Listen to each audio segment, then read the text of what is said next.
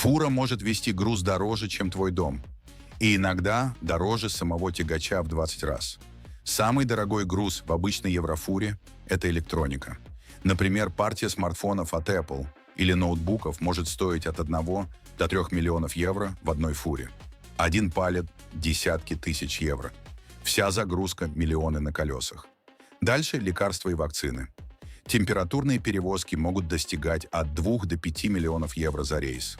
Автовоз с машинами от Porsche или BMW может везти товар на 700 тысяч до миллиона евро. И вот факт. Сам тягач типа Volvo Trucks FA стоит 150 тысяч евро, а груз внутри может стоить в 10-20 раз больше.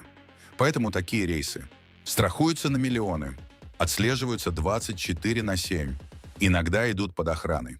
Одна ошибка, и убытки огромные. Фура – это не просто транспорт, это сейф на 40 тонн.